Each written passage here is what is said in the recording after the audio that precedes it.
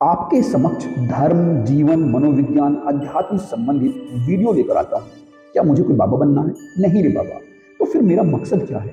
साथियों, जीवन के हर पग पर अनेक ट्रैप है जिन पर कहीं न कहीं हम सब फंस जाते हैं और फिर कंप्रोमाइज करने के अलावा या जान देने के अलावा कोई चारा नहीं बचता। मैं चाहता हूं कि आप इन दोनों से बच जाओ और जीवन में ऊंची से ऊंची उड़ान भरो। और मेरा मकसद ज्ञान देना भी नहीं है। मैं तो बस ये चाहता हूं कि आप 24 घंटे में से 24 मिनट स्वाध्याय के लिए अपने मन और अस्तित्व की गहराइयों में झांकने के लिए समय निकालें और अपने अंदर के अवतार को प्रकट होने दें, क्योंकि तुम वह हो, दाउ आर दैट।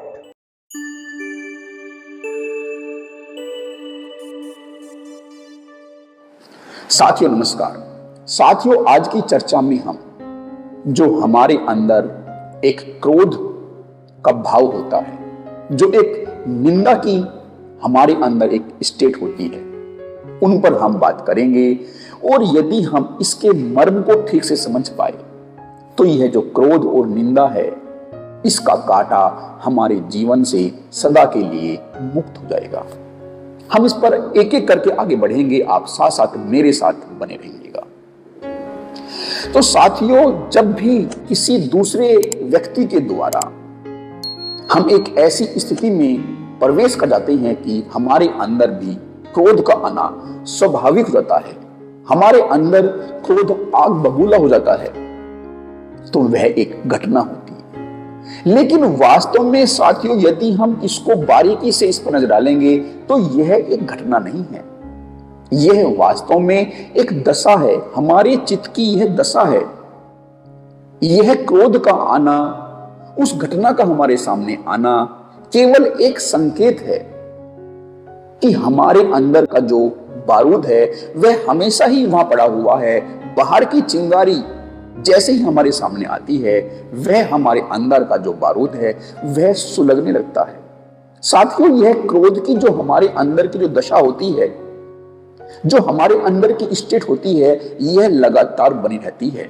जैसे किसी कपड़े पर सलबट पड़ जाती है, ऐसे ही हमारे चित्त पर यह सलबट हमेशा ही पड़ी रहती है। लेकिन हम इसके आदी हो गए होते हैं, हम इतनी टेंशन को झेलने के आदी हो गए होते हैं कि हमें उन सलवटों का पता ही नहीं पड़ता। छोटे मोटे क्रोध हमारे अंदर जो लगातार चल रहे होते हैं, जो टेंशन लगातार हमारे अंदर चल रही होती है, हम उनको महसूस ही नहीं कर पाते। और जब कोई एक चिंगारी हमारे सामने हमारे उस बारूद पर पड़ जाती है, तभी हमें ख्याल आता है। और वह ख्याल भी हमें इस भांति से आता है कि यह एक घटना है। फिर भी हमें यह ख्याल नहीं आता कि वह बारूद हमेशा ही हमारे अंदर बना हुआ है। साथियों, जब हम अपने इस चित्त की दशा को देख लेंगे, इसको देखने के लिए इस स्वीकार भाव में आएंगे, तो फिर हमारे अंदर एक आमूल चूल परिवर्तन होगा।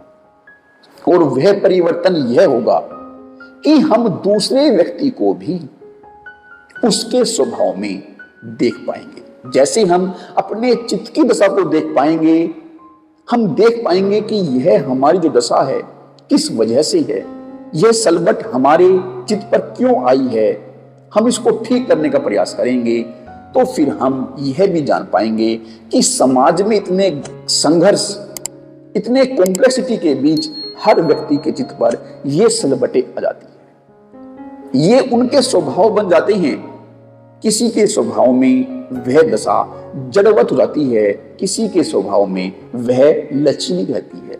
जिनके स्वभाव में यह लचीलापन होता है तो वे उस सलबट को, अपने उस चित्त की दशा को पकड़ पाते हैं और उसको ठीक भी कर पाते हैं। लेकिन जिनके चित्त की दशा जड़वत हो गई है, यंत्रवत हो गई है, वह अब उनके लिए उनकी पकड़ से बाहर हो जाती है। साथियों, ये ऐसे ही होता है जैसे कोई एक पेड़ पौधा होता है और उसकी एक किस्म होती है, वह अपनी उस वैरायटी के अकॉर्डिंग ही अपने फूल या फल देता है। इसी भांति से जो हमारा स्वभाव होता है, जो हमारा चित्त होता है, जिस भी मार्ग से आगे बढ़ा होता है, उस मार्ग के अकॉर्डिंग ही हमारे जीवन में फल और फूल लगते हैं।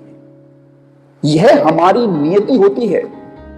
जो दूसरा व्यक्ति हमें अक्सर गुस्सा दिलाता है, उस व्यक्ति के सामने यदि हम नहीं होंगे तो वह किसी दूसरे व्यक्ति को दिलाएगा, दूसरा नहीं होगा तो तीसरा व्यक्ति को दिलाएगा, क्योंकि यह उसका स्वभाव है, यह उसके जीवन की नियति है। उसके जीवन में ये फूल लग रहे हैं, उसके फूलों की जो सुगंध है वह कड़वी है, उसके जो फूल है, जो फल है, वे कड़वे हैं, क्योंकि उसका जीवन इसी भांति से एक प्रवाह में आगे बढ़ा है, उसने इसी भांति से अपने जीवन को गति दी है।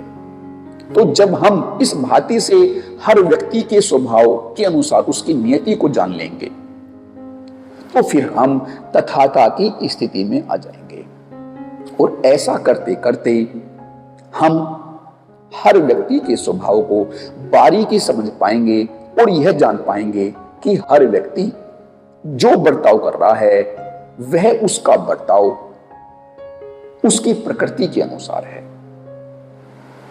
और इस जानने के द्वारा ही, इस भेद के द्वारा ही जो हम निंदा में एक रस लेते हैं, जो हमें क्रोध आने का एक भाव होता है कि दूसरे व्यक्ति ने गलती की, हम वास्तव में क्रोध भी इसलिए करते हैं क्योंकि हम यह समझते हैं कि दूसरा व्यक्ति गलती कर रहा है, तो उस गलती की सजा के रूप में हम सामने से प्रत्यक्ष रूप से उस पर क्रोध करते हैं और अप्रत्यक्ष रूप से उसकी निंदा करते हैं। लेकिन जब हम उसकी नियति को, स्वभाव किस भांति से कार्य करता है, जब हम इसको अच्छे से पहचान लेते हैं तो फिर हमारा क्रोध तो शांत हो ही जाता है, साथ साथ हमारे अंदर जो निंदा का भाव होता है वह भी खत्म हो जाता है। क्योंकि निंदा के द्वारा भी हम वास्तव में दूसरे के अंदर कमी निकालकर अपने को उससे ऊंचा, उससे श्रेष्ठ साबित करने का प्रयास करते हैं। लेकिन जब हम अपने अपने स्वभाव की कमियों को, अच्छाइयों को देख लेते हैं, क्योंकि हर व्यक्ति के अंदर किसी एक क्षेत्र में अच्छाई होती है, किसी दूसरे क्षेत्र में कमी होती है, कोई एक विशेषता उसके अंदर होती है, दूसरी विशेषता दूसरे व्यक्ति में होती है। इस भांति से हम अलग अलग कमियों के साथ, अलग अलग विशेषताओं के साथ अपना जीवन यापन करते हैं। तो जब हम अपने स्वभाव की कमियों, उसकी अच्छाइयों को देखते हैं, दूसरे व्यक्ति के स्वभाव की कमियों और अच्छाइयों को उजागर कर लेते हैं, तो फिर हम इस ऊंच नीच के खेल में नहीं पड़ते, क्योंकि हम वास्तव में स्वभाव के तल पर पहुंच गए होते हैं। और हम ये जानते हैं कि एक कमी किसी एक व्यक्ति में हो सकती है, दूसरी कमी किसी दूसरे व्यक्ति में हो सकती है, और व्यक्ति इन अच्छाइयों का, बुराइयों का, इनका एक मेल जोल है। और ये सब व्यक्ति के स्वभाव में, उसकी परिस्थिति, उसके परिवेश के कारण उनमें पनपी है।